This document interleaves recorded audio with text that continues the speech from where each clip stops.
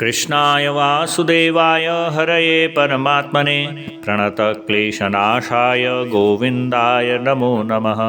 कृष्णाय वासुदेवाय देवकीनन्दनाय च नन्दगोपकुमाराय गोविन्दाय नमो नमः। ओम नमो भगवते वासुदेवाय। श्रीमद्भागवते दशमस्कन्धे अथ अष्टात्रिंशोऽध्यायः। श्रीशुक उवाच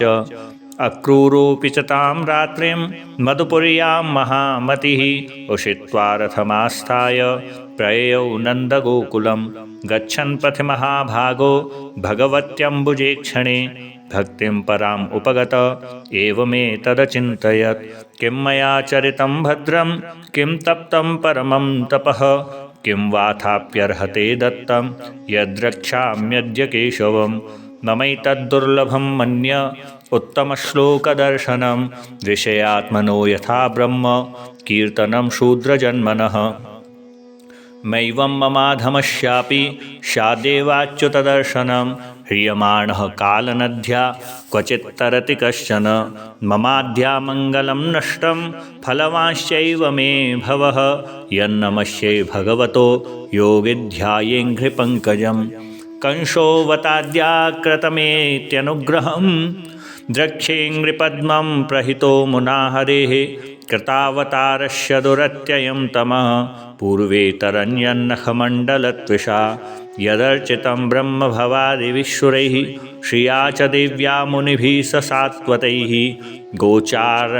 गोचारणायानुचरैश्चरद्वने यद्गोपिकानां कुचकुङ्कुमाङ्कितं द्रक्ष्यामि नूनं सुकपोलनाशिकं स्मितावलोकारुणकञ्जलोचनं मुखं मुकुन्दस्य गुडालकाव्रतं प्रदक्षिणं मे प्रचरन्ति वै मृगाः अप्यद्य विष्णोर्मनुजत्वमीयुषो भारावताराय भुवो निजेच्छया लावण्यधाम्नो भवितोपलम्भनं मह्यं न नश्यात् फलमञ्जसादृशः य ईक्षिताहं रहितोऽप्यसत्सतोः स्वतेजशापास्ततमोभिदाभ्रमः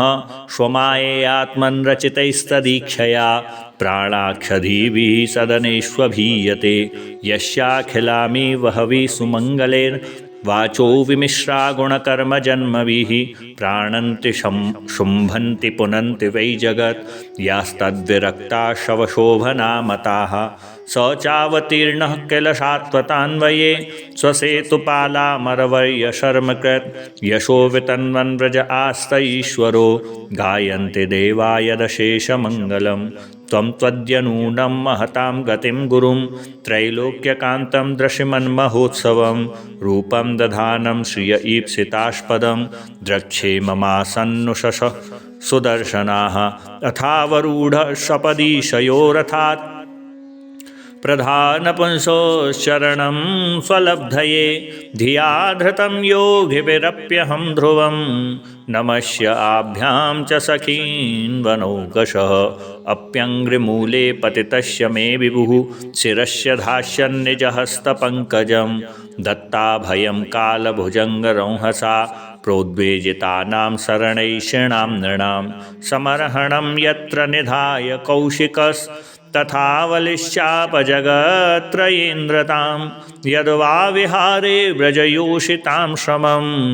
स्पर्शेन सौगन्धिकगन्ध्यपानुदत् न मय्युपैष्यत्यरिबुद्धिमच्युतः कंसस्य दूतः प्रहितोऽपि विश्वदक् योऽन्तर्बहिश्चेतस एतदीहितं क्षेत्रज्ञ ईक्षत्यमलेन चक्षुषा अप्यङ्घ्रिमूले वहितं कृताञ्जलिं मामीक्षिता सस्मितमाद्रयादृशा सपद्यधस्तसमस्तकिलविशो वोढामुदं वीतविशङ्क ऊर्जितां सृहत्तमं ज्ञातिमनन्यदैवतं दोर्भ्यां बृहद्भ्यां परिरप्स्यतेऽथ माम् आत्मा हि तीर्थी क्रियते तदैव मे गन्धस्य कर्मात्मक उत्सवस्यतः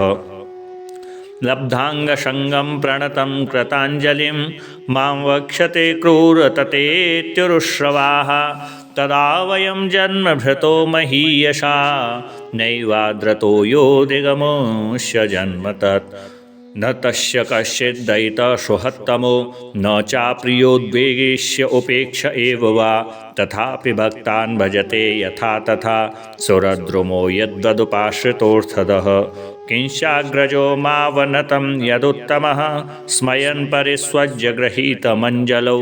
गृहं प्रवेश्याप्तसमस्तसत्कृतं सम्प्रेक्ष्यते कंसकृतं स्वबन्धुषु। श्रीशुक उवाच इति सञ्चिन्तयन् कृष्णं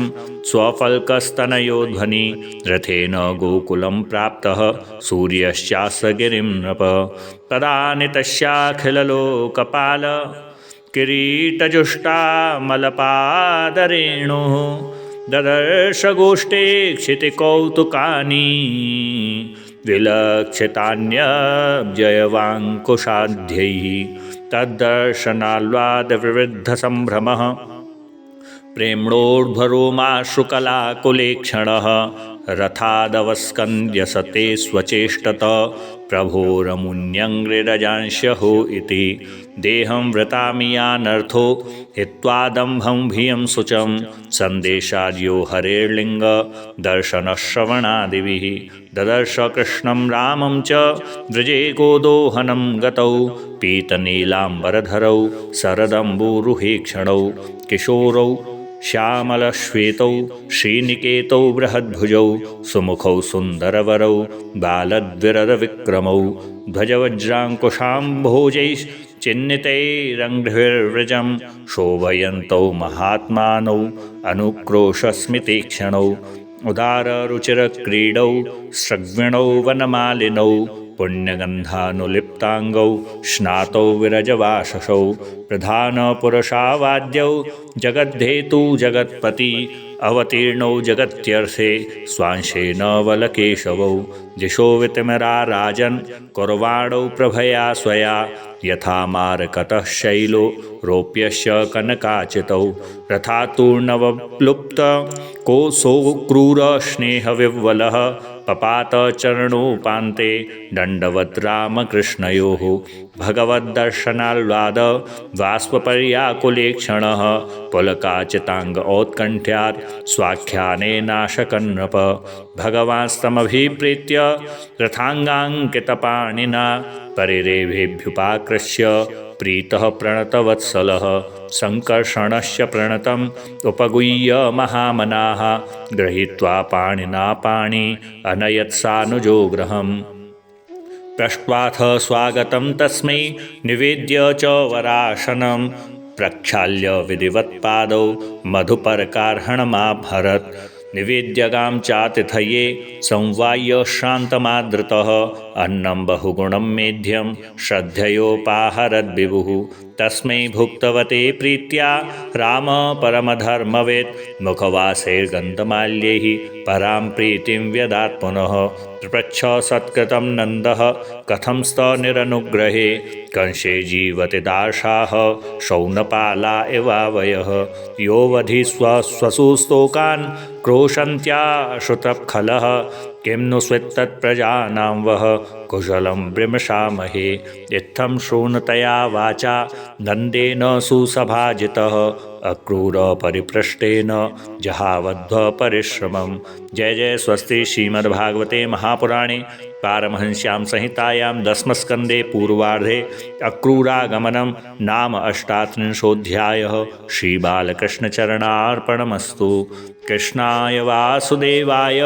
हरये परमात्मने प्रणतक्लेशनाशाय गोविन्दाय नमो नमः। कृष्णाय वासुदेवाय देवकीनन्दनाय च नन्दगोपकुमाराय गोविन्दाय नमो नमः। श्रीगोविन्दाय नमो नमः।